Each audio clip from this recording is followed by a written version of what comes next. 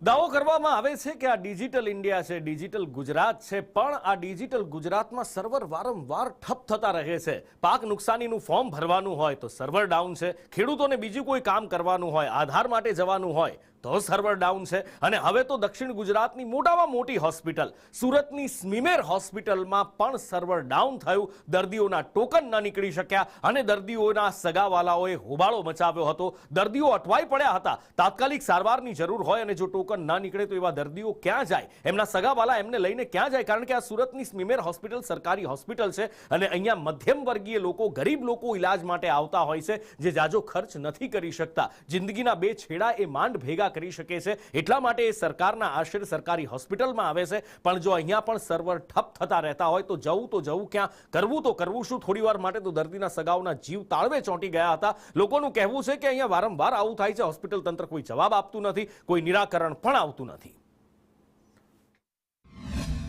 સુરત મહાનગરપાલિકા સંચાલિત સ્વીમેર હોસ્પિટલમાં ટોકન આપવાની સિસ્ટમ જે સર્વર ડાઉન રહેતા કલાકો સુધી દર્દીઓ અટવાયા છે।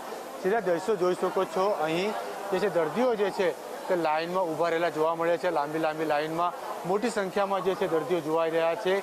જે રીતે વાત કરવામાં આવે ત્યારે કલાકો સુધી આ દર્દીઓને અટવાનો વારો આવ્યો છે। કેટલાક દર્દીઓને પૂછીશું, શું કહેશો, કેટલો સમય થઈ ચૂક્યો? 2 कलाक हो गया, 2 कलाक 2 घंटा हो गया। 2 घंटा हो गया। क्यों, मतलब 2 घंटे क्या बता रहे? सर्वे डाउन है, सर्वे डाउन है।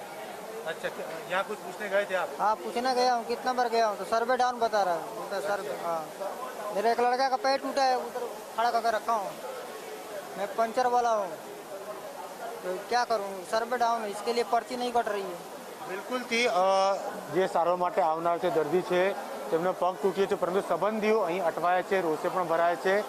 થોડા સમય પહેલાં હોબાળો પણ મચ્યો હતો, પરંતુ હાલ સર્વર ડાઉન ચાલી રહ્યો છે, જેને કારણે ખૂબ જ હાલાકીનો સામનો અહીં દર્દીઓને પડી રહ્યો છે। જે રીતે વાત કરવામાં આવે છે આ રઢિયામણું તંત્ર છે તેને કારણે, વહીવટી તંત્ર અને રઢિયામણું તંત્રને કારણે દર્દીઓને ભારે હાલાકી પડી રહી છે। 1 થી 1.5 કલાક 2 કલાક જેટલો સમય વીતી ગયો છે, પરંતુ સર્વર ધીમે ચાલવાના કારણે દર્દીઓની સંખ્યામાં પણ વધારો થઈ રહ્યો છે। ત્યારે તંત્ર સામે પણ ઘણા સવાલો ઉઠી રહ્યા છે કે તંત્ર કઈ રીતનું આ કાર્ય કરી રહ્યું છે કે સર્વર ડાઉન ચાલી રહ્યું છે, તેને કારણે હાલાકી આ દર્દીઓને પડી રહી છે। કેમેરામેન ભૂષણ ચૌધરી સાથે જયંત પાંડે, સંદેશ ન્યૂઝ સુરત।